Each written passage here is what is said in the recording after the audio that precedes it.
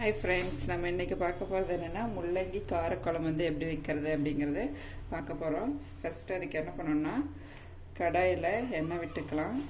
ஒரு டீஸ்பூன் எண்ணெய் காய்ச்சதும் வெங்காயம் வந்து ஆட் பண்ணிக்கணும்.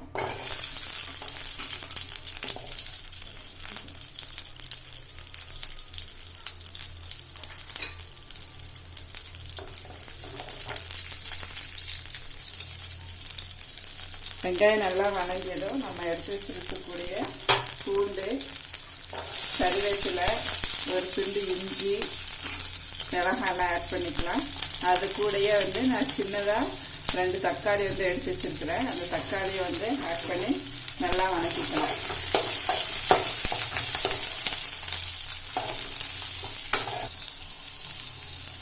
இப்போ பாருங்கள், தக்காளி நல்லா வதங்கிடுச்சு.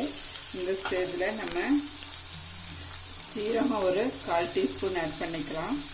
சோம்பு 1/4 டீஸ்பூன், மிளகு கொஞ்சமாக ஆட் பண்ணிக்கோங்க.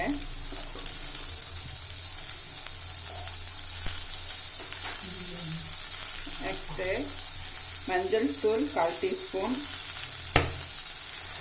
தனியாத்தூள் 1 டீஸ்பூன், சாம்பார் பொடி 1 டீஸ்பூன் வந்து ஆட் பண்ணிக்கலாம். அது கூடயே நம்ம பொட்டுக்கடலை கொஞ்சமாக ஆட் பண்ணி நல்லா கலந்து வச்சுக்கோங்க. இப்போ நம்ம குழம்பு வைக்க தேவையான மசாலா வந்து ரெடி ஆயிடுச்சு. இதை வந்து நல்லா பேஸ்ட் மாதிரி அரைச்சி எடுத்துக்கலாம். கடைசியாக கொஞ்சம் தேங்காய் துருவல் ஆட் பண்ணிக்கோங்க.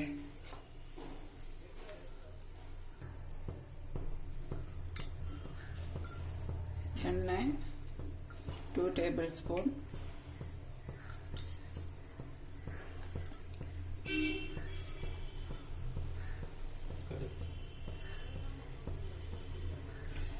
எண்ணெய் காஞ்சதும் கடுகு ஒரு 1/4 டீஸ்பூன் ஆட் பண்ணிக்கலாம்.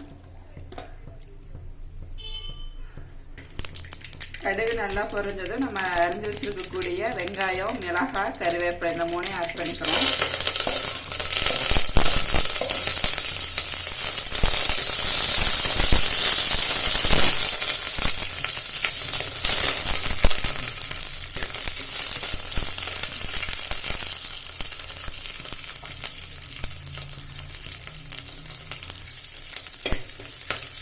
வெங்காயம் நல்லா தாளிச்சாச்சு.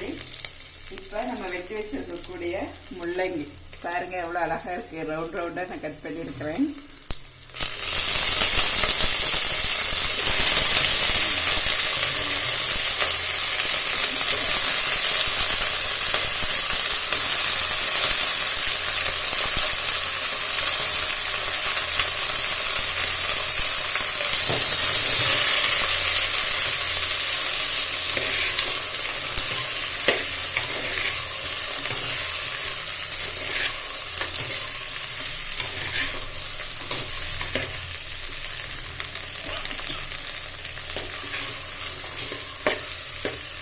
முள்ளங்கி கொஞ்சம் நல்லா வணங்கணும். வணங்கினதுக்கப்புறம் நம்ம அரைச்சி வச்சுருக்கக்கூடிய பேஸ்ட்டை வந்து ஆட் பண்ணிக்கலாம். இந்த முள்ளங்கி வந்து பார்த்திங்கன்னா நம்ம உடம்புக்கு வந்து ரொம்ப நல்லது. ஒரு சிலர் வந்து முள்ளங்கியை வந்து சாப்பிட மாட்டேன்னு சொல்லுவாங்க. ஆனால் முள்ளங்கி வந்து சாப்பிட்றது ரொம்ப நல்லது. இது வந்து கிட்னி ஸ்டோனுக்கெல்லாம் வந்து ஸ்டோனை வந்து கரைக்கக்கூடிய மகிமை வந்து இந்த முள்ளங்கிக்கு வந்து இருக்குது. இப்போ கொஞ்சம் நேரம் இந்த முள்ளங்கி வந்து வணங்கட்டும். அதுக்கப்புறமா நம்ம ஆட் பண்ணிக்கலாம் பேஸ்ட்டை.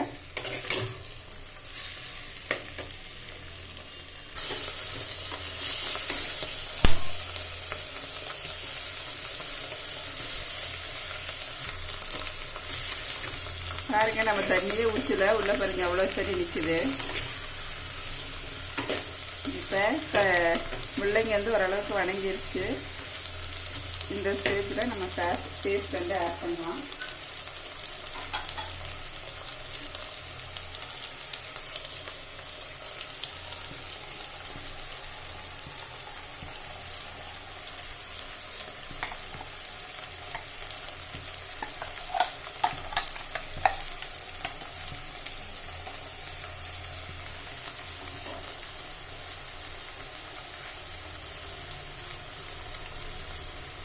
நம்ம குழம்பு எந்த அளவுக்கு கிரேவியாக வேணுமோ அந்த அளவுக்கு நம்ம தண்ணி ஆட் பண்ணிக்கலாம்.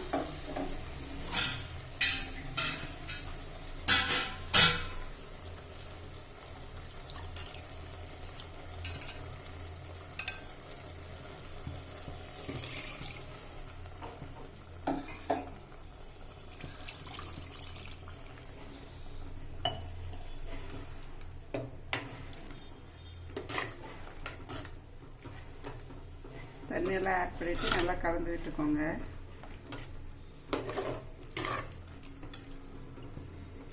இப்போ இது கொதிச்சுச்சுன்னா நமக்கு முள்ளங்கி காரக்குழம்பு ரெடி ஆயிரும். இன்னும் ஒரு 5 நிமிஷத்தில் கொதிக்கும். இப்போ இந்த ஸ்டேஜில் நம்ம உப்பு ஆட் பண்ணணும். கடைசியாக தான் உப்பு ஆட் பண்ணணும். ஏன்னா அப்போ தான் நம்ம தண்ணியெல்லாம் எவ்வளோ ஊற்றிருக்கணும் அப்படின்னு அதுக்கு தகுந்த மாதிரி தெரியும். அதனால் இப்போ உப்பு ஆட் பண்ணிக்கலாம். உப்பு ஆட் பண்ணதுக்கப்புறம் கொஞ்ச நேரம் மூடி வச்சிருங்க. அப்புறம் ஒரு 5 நிமிஷத்தில் கொதிச்சதுக்கப்புறம் நமக்கு சுவையான காரக்குழம்பு ரெடி ஆயிரும்.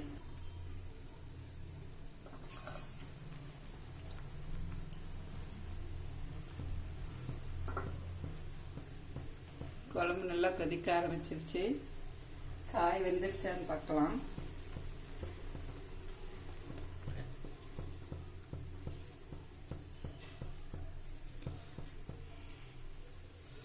இன்னும் கொஞ்சம் வேகணும்.